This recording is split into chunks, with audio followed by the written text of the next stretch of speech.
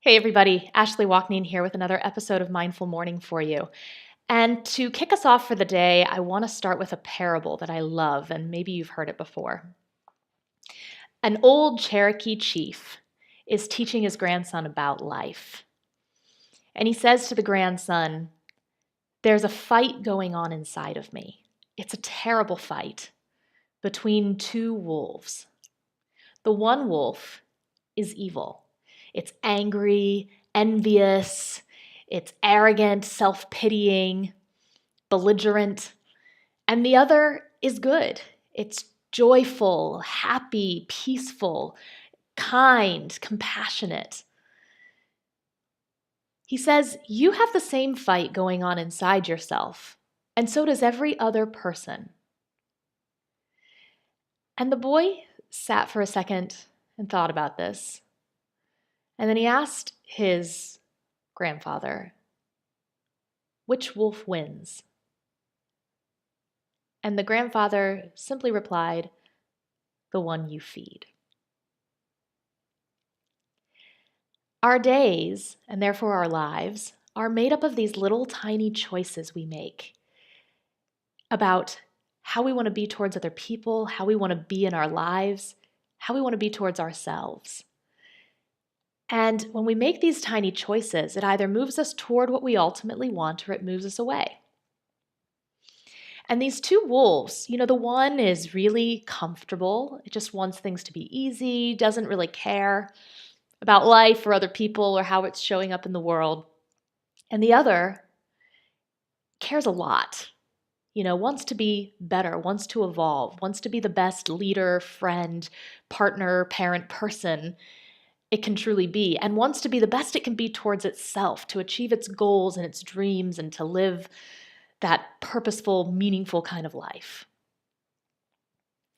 What is change? Change is choosing a choice, choosing to feed that wolf that we don't typically feed, choosing to make that choice over and over and over again until that becomes habitual.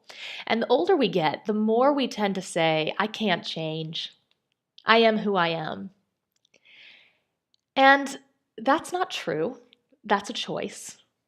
In fact, the research shows us that the brain has an immense capacity to change, that we don't actually stop changing when we're in our mid-20s, but that our brain has this ability to learn and evolve for our entire lives. But how do you make that choice, that new choice, when you've been feeding this part of yourself for 20, 30 years? It's habitual. It's on autopilot. It almost feels like this is what is controlling you. There are 3 agents of change that I want to share with you today. And as we go through these, I want you to think about, something in your life that you would like to change. And maybe it's something that you've been trying to change for a while and it's been really difficult for you. The first agent of change is awareness, or you could also say acknowledgement. Not an intellectual awareness, but actually in the moment, like when it's feeding time. When you have to make that choice, when you're about to make that choice, and you catch yourself. Or maybe you're already making that choice. Maybe you're already taking action and you catch yourself in the middle of doing it. It's the ability to pay attention and see that happening and to stop. To literally stop. The second A is to allow it. And what I mean by that is the minute that you stop, that wolf inside yourself is going to throw a fit. It's going to kick and scream and give you all sorts of reasons and excuses for why you should keep feeding it what you've been feeding it for so long. This is normal. You've cut off its food supply, so it's going to push back at you. And if you've ever been around a little kid throwing a temper tantrum, then you know that in the middle of that, it's really uncomfortable. So the other part of allowing is to allow yourself to be uncomfortable. If you want to change your health, then the minute you make that choice to eat something healthy or to go to the gym, it's going to feel uncomfortable. There's a part of yourself that's going to kick and scream and say it doesn't want to. If you want to change the way you deal with conflict and you're used to lashing out at other people, the minute that you stop yourself in the middle of that momentum and say nothing, It's going to feel really uncomfortable.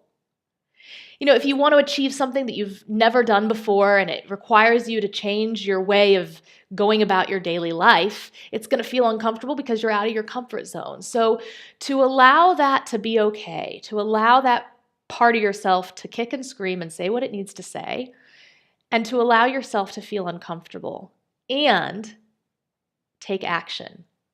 The more willing you are to be uncomfortable and to allow this, the more likely you are to do the last agent of change, which is to take action.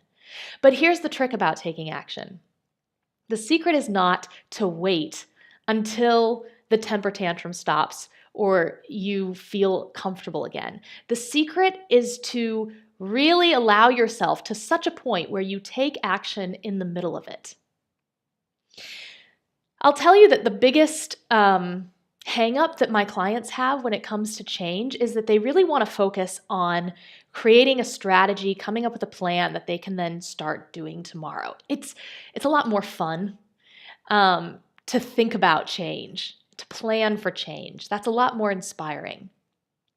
And it's absolutely useful. I'm not saying it's not useful to have a strategy, to have a plan, but it's also supplemental. When it comes right down to it, regardless of how much you say you want to change, and I know that you do, when it comes right down to it, it's how you consistently respond when it's feeding time that ultimately determines the level of success that you have with this. So just a quick recap. The first agent of change is awareness or acknowledgement, to catch yourself when you're about to make that habitual choice and to stop. The second is to allow that part of yourself to throw its little temper tantrum, to say whatever it wants, to allow yourself to be around that and to feel uncomfortable, because that's normal, and then to take action in the middle of that uncomfortability. And of course, like all of these Mindful Morning episodes, but especially this one, it's nothing more than an idea until you actually apply it. You will get the most out of this if you opt in for your Mindful Morning Toolbox. Inside that toolbox, I put all the actionable resources, cheat sheets, exercises that go along with these episodes that help you take it from something you're just hearing to something you actually can do in your life. So if you're serious about change, follow this link, get yourself started, opt into that toolbox. And if you're loving these Mindful Morning episodes, then please leave a comment, share a review, share this with other people. You never know what kind of message anybody might need to hear on a given day. Okay, y'all, I'll see you on Wednesday. Tomorrow I am headed to Tennessee at this time, so there won't be an episode. And I will talk to you once I get there. Have a great day.